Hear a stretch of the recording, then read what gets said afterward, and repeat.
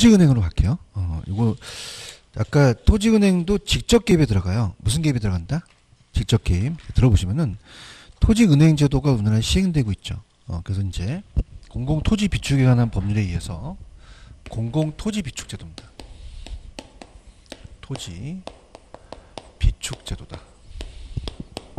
그걸 토지은행입니다. 토지가 은행에 맡기는 게 아니라 토지를 은행에 비축해 두는 거예요. 자, 그러면 진도를 나겠지만 정부가 비싼 땅을 사야 돼요? 저렴한 가격으로 사야 돼요? 미개발 토지를 매입하죠. 미개발 토지를 사서 대량 구입을 해요. 비축했다가 민간하게 팔거나 대여하죠. 그래서 수요자 공급자 역할에서 토지개발업자 수요자한테 분양을 하니까 사서 공급을 했으니까 간접 개입이다, 직접적 개입이다. 직접적 개입이다. 여기 들어오는 거죠. 직접적 개입 수단 들어볼게요. 자, 갑니다. 펜 들어보세요. 자, 개념 1번. 미래의 용도를 위해 정부가 미리 비싼 값 저렴한 가격. 개발, 미개발. 대량 구입하죠. 그 공공자유라는 거는 국공유주로 자기가 보유할 수 있고요. 공공임대로 개인한테 빌려줄 수도 있어요. 그 형태로 갈 수 있다. 토지 수요 증대에 대응해서 수요자한테 분양하는 제도자. 자, 3번에 가시면은 LH공사라고 들어오셨죠. 그래서 한국토지주택공사에서 토지은행을 설치해서 이 관리하고 있어요. 그래서 목적이라는 건 뭐 공공용지를 사전에 확보할 수 있고 토지시장의 수급 조절을 통한 지가 안정에 기여할 수 있고 도시의 계획적 개발과 개발이익 환수할 수 있죠. 장단점이 나옵니다. 장점은요. 투기 수요 억제 및 수급 조절을 위한 토지시장의 안정을 도모할 수 있고요. 또 공공개발 용지를 또 확보하고 용지를 원활하게 저렴하게 공부할 수 있죠. 보상비 절감으로 정부 재정 절감 및 조기 편익을 실현할 수 있고요. 분양가 인하를 통한 기업 투자 활성화 및 집값 인하 효과를 기대할 수가 있는데 자, 제일 중요한 거는 5번, 6번입니다. 자, 개발 토지예요? 미개발 토지예요? 그러면 민간한테 맡기면 난개발하죠. 무질서하고 무계획적인 토지 개발 방지를 할 수 있고요. 그 다음에 집가 안정 및 개발 이익을 사회에 환원할 수 있죠. 그래서 개발이익 환수 제도로 들어온 거예요. 우리나라에. 근데 단점은 막대한 개념입니까? 토지 매입비가 들어갑니까? 들어가고요. 정부가 땅을 샀다는 소문이 나면 주변 땅값이 올라가잖아요. 그러면 주변 집값 올라가니까 정부 입장에서는 또 어떻습니까? 투기를 조장할 수도 있죠. 그죠? 그 다음에 관리 문제가 안 생기겠어요? 관리 문제가 생기겠어요? 공공자유보유로 국공유지를 보유하고 있다가는 빈민들이 무허가 주택을 지을 수도 있어요. 그래서 토지를 매입할 때 토지를 활용할 시기에 가도기동한 정부의 관리 문제가 발생할 수도 있다는 거 주의해 보시고요. 그다음 우리나라의 토지은행 제도가 시행되고 있다고 그랬죠? 공공토지 비축에 관한 법률에 2009년부터 시행을 합니다. 그래서 우리가 한국주택금융공사가 하고요. 외자는 이제 토지은행 또는 이와 유사한 명칭을 사용하지 못한다. 넘겨볼게요. 자, 그 다음에 넘기시면은 자, 또 우리가 시험 문제 잘 나오는 게 토지 선매제도라는 단어가 밑에 있죠. 옆에 쳐보세요. 아, 이게 잘 나옵니다. 이 토지은행도 토지 선매 들어가는데 이 토지 선매제도가 원래 공법 문제인데 계속 나와요. 들어볼게요. 자, 시장군수구청장은 이 토지거래 계약에 관한 허가시청이 있는 경우 다음에 각 호에 어느 하나에 해당하는 토지에 대해서는 국가 지방자치단체 한국토지주택공사 토지주택공사 그 밖에 대통령이 정하는 공공기관 공공단체가 그 매수를 원하는 경우를 이들 중에서 해당 토지를 매수한 자를 지정합니다. 그게 선매자거든요. 근데 강제로 매수합니까? 그 토지를 협의 매수합니까? 강제로 수용하는 제도가 아니에요. 그죠? 따라서 협의 매수. 그래서 선매자로 지정이 되면 그 토지를 협의 매수하는 거지 강제로 수용하는 제도가 아니거든요. 지금 보고 계십니까? 그래서 시험 문제가 토지 선매는요. 토지 거래 계약에 관한 허가 시청이 있을 경우 국가 등의 그 매수를 원하면 선매자로 지정을 해요. 그럼 토지를 협의 매수하는 제도지 강제로 수용하는 제도는 아니죠. 그 토지를 그냥이가 협의 매수할 수 있습니까? 이게 중요합니다. 지금 보고 계시죠? 그 다음에 오른쪽 보시면은 공용개발 매수 또는 그 수용 방식과 환지 방식이라는 단어가 있나요? 묶어보세요. 이 두 가지. 그래서 얘가 시험 문제는 지금은 잘 출제가 안 되지만은 공용개발과 이제 환지 방식의 비교가 곧잘 나왔거든요. 그래서 공용개발과 제가 토지은행을 비교할 텐데, 일단은 공용개발 들어가기 전에 환지 방식을 배울게요. 환지가 요것도 공법 시간에 배우시거든요. 그래서 토지 구획 정리 사업이었어요. 옛날 우리나라가 정부와 토지공사가 정부가 돈이 없을 때 토지 구획 정리 사업으로 사용되는데, 갑돌이 땅을 개발을 해줘요. 울퉁불퉁한 거를 대지로 이용성을 극대화시켜서 이렇게 하게 되면 그냥요 개발 비용이 들어가요. 그럼 넘기시면은 이 환지 방식은 뭐냐면 나중에 공법 시간에 보유지라는 게 있어요. 보유지. 그래서 관리 방식에 의한 도시개발 사업에서 일정한 토지를 환지하지 않고 남겨둔 토지거든요. 그러면 도시개발 사업에 필요한 경비를 충당하는 토지를 따라서 채비지. 이걸 정부가 채비지로서 매각을 해서 정부가 가져가고 나머지 땅. 그래서 매수 방식이에요? 환지 방식이에요? 그럼 얘한테 수용합니까? 재매각합니까? 아니면 얘한테 토지를 재분배합니까? 환지하는 거죠. 그죠? 그래서 재분배하기 때문에 권리가 축소된 거죠. 근데 문제가 심각한 게 이때 당시 지가가 7배나 뛰어요. 그러니까 투기가 발생합니까? 그 다음에 기반시설이 미비하고요. 개발이익이 사유화될 수도 있다는 거죠. 절차가 복잡해요. 그래서 우리가 안산 신도시서부터 목동까지 이 공용개발, 신도시개발로 가서 택지 공용개발 사업이 나옵니다. 그래서 이 개발 사업은 수용 방식이에요. 그래서 매수 방식입니다. 권리가 완전히 소멸돼요. 그럼 갑돌이 땅을 그냥입니까? 토지를 수용합니까? 그럼 수용 절차를 거치겠죠. 그래서 토지를 수용해서 개발해서 나중에 개발업자한테 파는 거죠.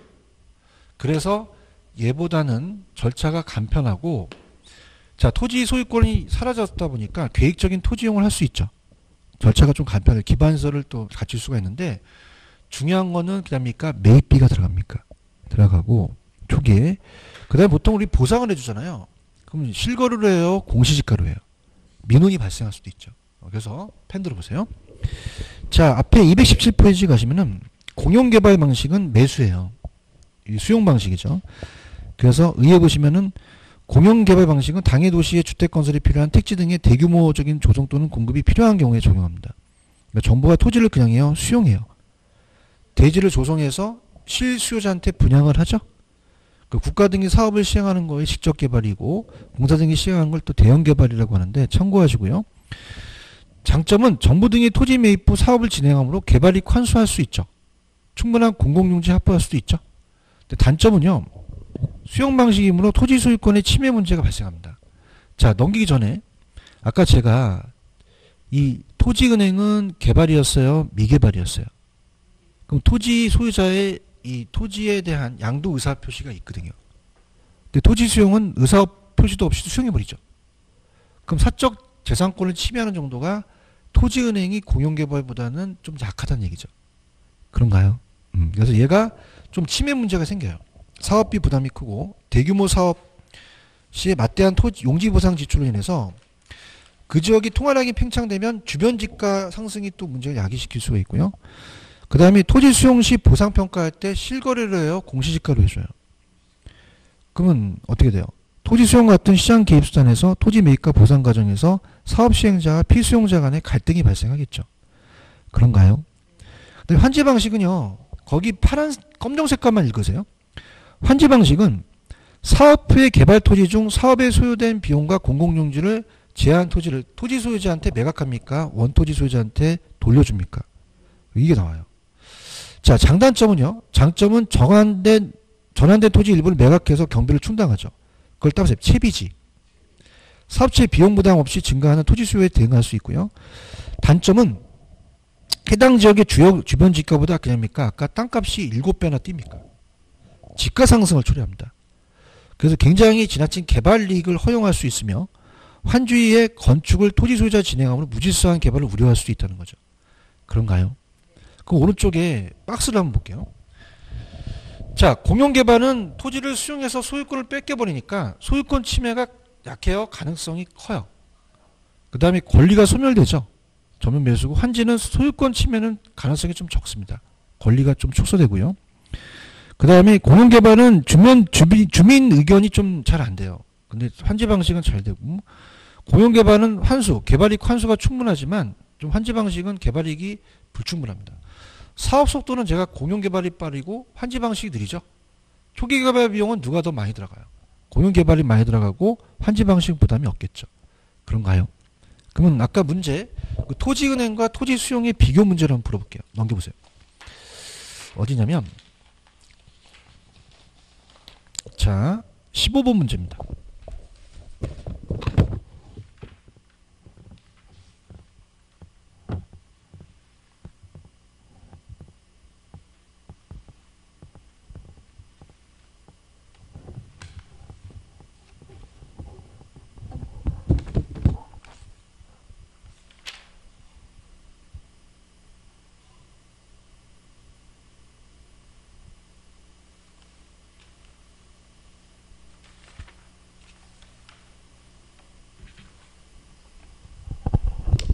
다시 한번 가볼게요.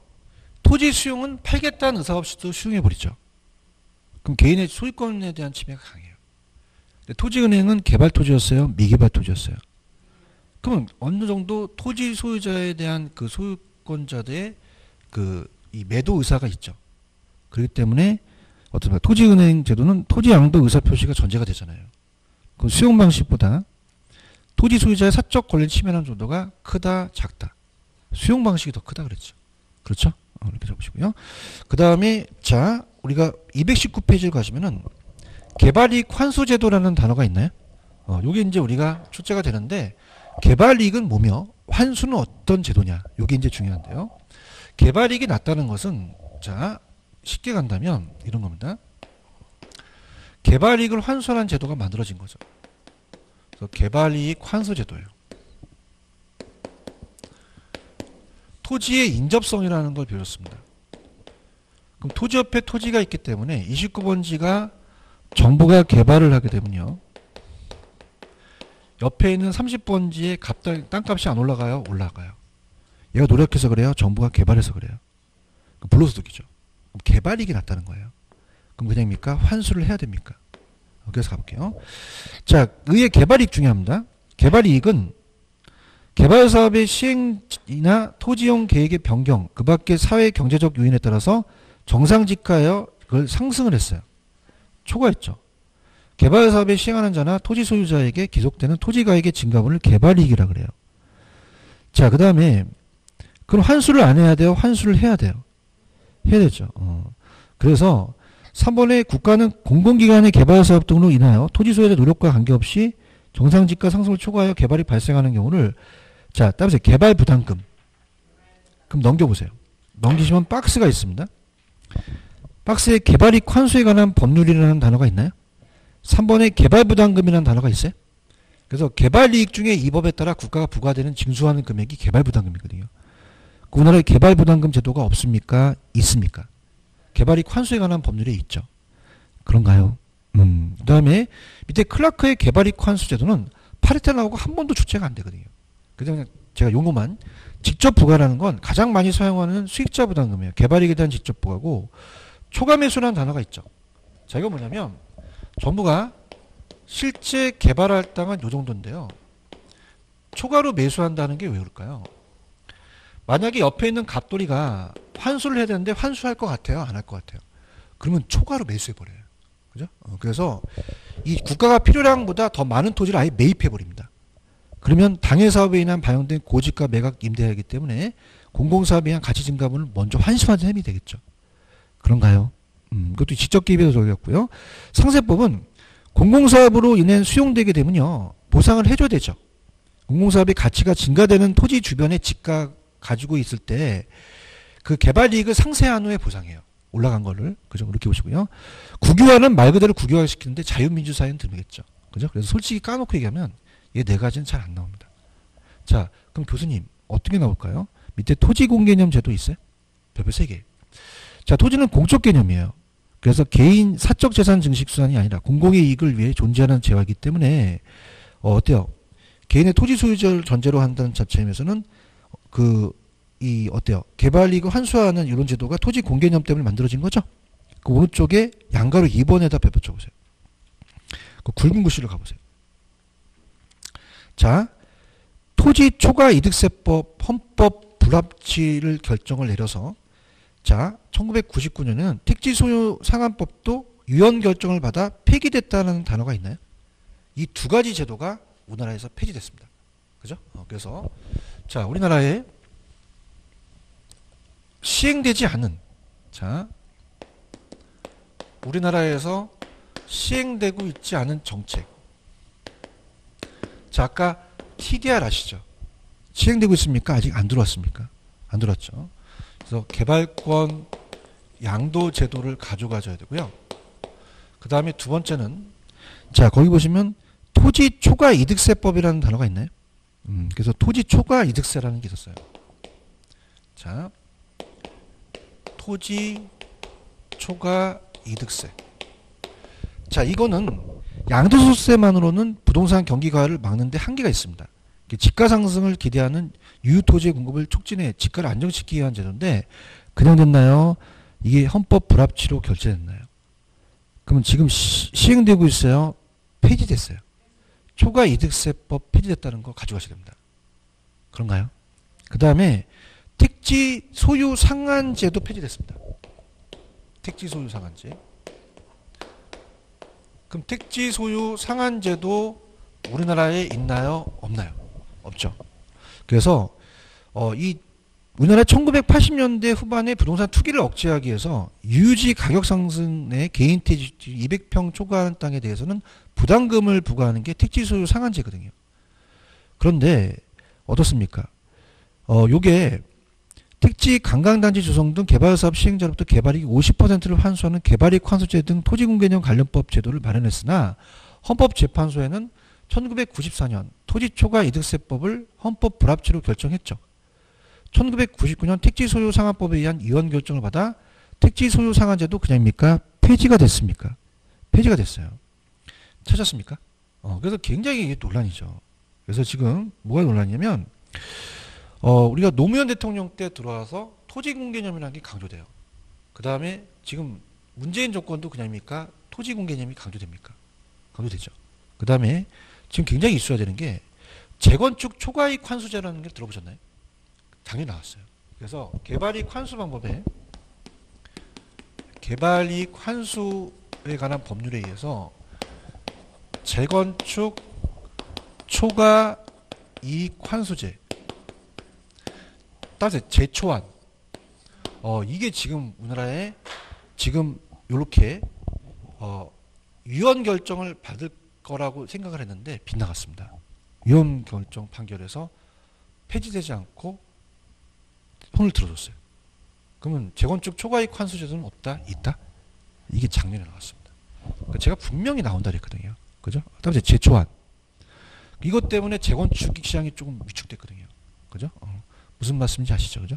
그래서 다시 가겠습니다. 자, 우리나라 아까 지역지구제라는 건 없어요. 용도지역지구제는 있어요. 있고요. 공시지가제도 있고요. 환지 방식도 있고요. 토지 공용개발 방식도 있습니다. 그런가요? 그 다음에 토지은행제도도 있죠. 그런데 우리 개발권 양도제도는 토지 초과이득세, 택지 소유 상한제, 재건축 초과이익 환수제 있다는 거죠. 그래서 우리나라에 시행되고 있는 거와 없는 거를 나올 가능성이 높아요. 무슨 말씀인지 아시겠죠? 그래서 그거 위주로 가져가세요. 근데 이 저자가 한 것도 토지 초과 이득세하고 택지 소유 상한제만 계속 출제가 되죠. 왜 그럴까요? 얘는 그냥입니까? 폐지됐습니까? 그럼 오지선다에서 두 개니까 얘를 고르라는 문제가 나오겠죠. 그런가요? 그래서 이건 굉장히 중요합니다. 꼭 가져가셔야 돼요. 이해 가졌죠? 그 다음에 주택정책은 제가 크게는 안 나가고요. 일단 넘기시면은 다음 시간에 페이지 224페이지로 가시면은 다음 시간에 다음 시간이니까 아마 어떻게 됩니까? 2월 달이 되겠죠. 그죠? 그래서 요거 별표 3개 치시기 바랍니다. 임대주택 정책. 그래서 임대주택 정책에서 주택 정책은 다 나와요. 그죠? 그래서 여기가 3개짜리고 그 전 페이지는 참고만 하세요. 222페이지는 갑니다. 자, 222페이지 가시면 부동산 정책의 내용에 공급 확대라는 단어가 있나요? 자, 이렇게 봅니다. 정부 입장에서는요, 지금 수도권에서 가격이 올라갔다는 건 공급이 부족하다는 거죠. 그럼 그다음이니까 3기 신도시를 만듭니까? 그게 바로 공급 확대예요. 그 신규 주택 건설을 촉진하죠. 그러면 택지가 비싸야 돼요? 저렴한 택지를 공급해야 돼요? 주택 생산성을 증대시켜야겠죠? 그 다음에 건설의 주체를 공급을 민간이 주도하면 정부 재정 압박을 좀 덜 받겠죠. 근데 중요한 건, 자, 아까 재건축이나 재개발 같은 게 도정법이에요. 도시 정비사업이죠. 그럼 그냥입니까? 기준주택도 중요합니까? 그럼 재고주택의 보존 개량도 중요하다는 거죠. 그래서 원래 접근성이 양호한 곳에 있으니까 이러한 기존주택을 또 보존 개량하는 것도 중요하다는 거죠. 여러분들 왜 리모델링 사업이라고 들어오셨어요? 제가 지금 리모델링에 투자했는데 재건축 다음에 리모델링 사업이 있거든요. 그죠? 그러니까 이런 게 재고주택의 보존 개량이라고 볼 수 있어요. 그러니까 자꾸 신규만 건설하는 게 아니라 기존에 있는 것들을 다시 재건축, 재개발해서 가자는 거죠. 아시겠죠? 그죠? 이렇게 보고요. 그 다음 오른쪽 수요 측면은 그냥입니까? 수요를 늘리는 겁니까? 구매력을 강화시키죠. 그럼 가장 중요한 게 그냥입니까? 소득을 올려줘야 됩니까? 소득이 나오면 이건 공급이에요? 수요예요? 수요. 주택 규모를 대규모가 아니라 중소규모로 바꾸고 서민들을 위해서 저당금융제도를 확대시켜야겠죠. 보금자리로는 장기저리로 빌려주잖아요. 무주택 서민들한테 70%까지. 사회임대주택 제도를 활성화시키고 주거비 지원 보조. 세제사항에 그냥요 혜택을 줘야 돼요. 그럼 세제의 경감이나 면제를 좀 해줘야겠죠. 이해 가셨습니까? 주택 공급의 원칙은 자 출제가 되지 않는데 자 주택 공급을 지키는데 공급할 때 그냥 원칙이 있어요. 그럼 1번서부터 4번까지 묶어보세요. 적하고 성이 있는데 양시지법이라는 것도 없어요. 양시지법. 자 여러분들 수요에 맞게끔 공급해야겠죠. 대답해 보세요. 수요가 50인데 200을 공급하면 돼야 안 돼요.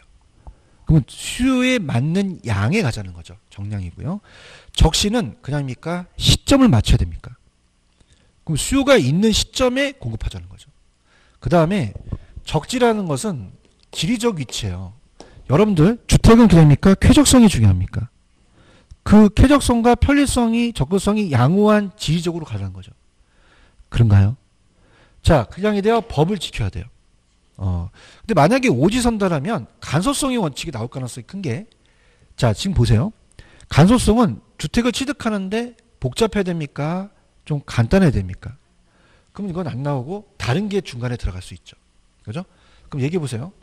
적합성이라는 게 있나요? 적합성은 없나요? 없죠. 그다음에 양시지법. 그다음에 양시지법. 그 안에 있는 네 가지만 좀 외우시면 다른 적게 들어가는 게 적소성이나 적합성 같은 건 없죠. 맞나요? 그때 보시는데 출제 빈도는 낮습니다. 그렇게 가지고 가시고요. 제가 분명히 말씀드렸지만 다음 주에 오실 때 지금 넘기시면은 임대주택 정책에 별표를 몇 개 쳤죠? 3개입니다. 굉장히 중요해요. 그래서 이제 일단 펜을 들으셔서 밑에 가시면 임대료 규제 정책 있죠? 이게 별표 3개입니다. 이게 가장 유력합니다. 그래서 이게 규제를 해서 단기와 장기인데 장기에는 더 악영향이 나타나거든요. 별표 3개짜리고. 그 다음 오른쪽 보조 정책 있나요? 그건 별표 하나만 쳐놓으시기 바랍니다. 그래서 얘는 매년 출제되는 부분은 아니에요. 그래서 보조 정책은 가끔 가다 나오니까 하나 정도고, 그 다음에 227페이지 가시면 공공임대라는 거 있죠. 이것도 하나만 쳐놓으시기 바랍니다. 그래서 공공임대도 임대주택에 대해서 쭉 나와 있는 뭐 내용들이 있기 때문에 여기 위주로 좀 공부를 해보세요. 이해하셨죠? 그죠? 그래서 우리가 예전에 그 11월달, 12월달에 입문서 했었잖아요. 그래서 혹시라도 실력이 되신 분들은 오늘 나눠진 것 중에서 임대료 규제 정책이 가장 많습니다. 보조 정책이 하나고. 그래서 한번 이렇게 풀어보셔도 괜찮아요. 그죠? 미리 풀어오셔서 온 것도 제가 나중에 테스트하는 게 좋으니까 이거 나중에 가져가셔서 풀어오시고요. 자, 우리가 3개월 다니잖아요. 그래서 이거는 다음 주에 또 꼭 갖고 오시기 바랍니다. 그래서 웬만하면 제가 1, 2월 과정에 약간 좀 범위를 좀 넓혀서 같이 가는 것으로 할게요. 아시겠습니까? 그래서 다음 주 제가 오게 되면은 2월 달에는 어디서부터 224페이지 찾으셨어요? 어느 정책이 중요하다? 임대주택 정책에서부터 저한테 해달라고 하세요. 그러면 밑에 임대료 규제, 보조 정책, 그 OX 문제를 같이 풀어드리도록 할게요. 아시겠죠? 됐습니다. 여기까지만 하겠습니다. 여러분 수고하셨습니다. 감사합니다. 예.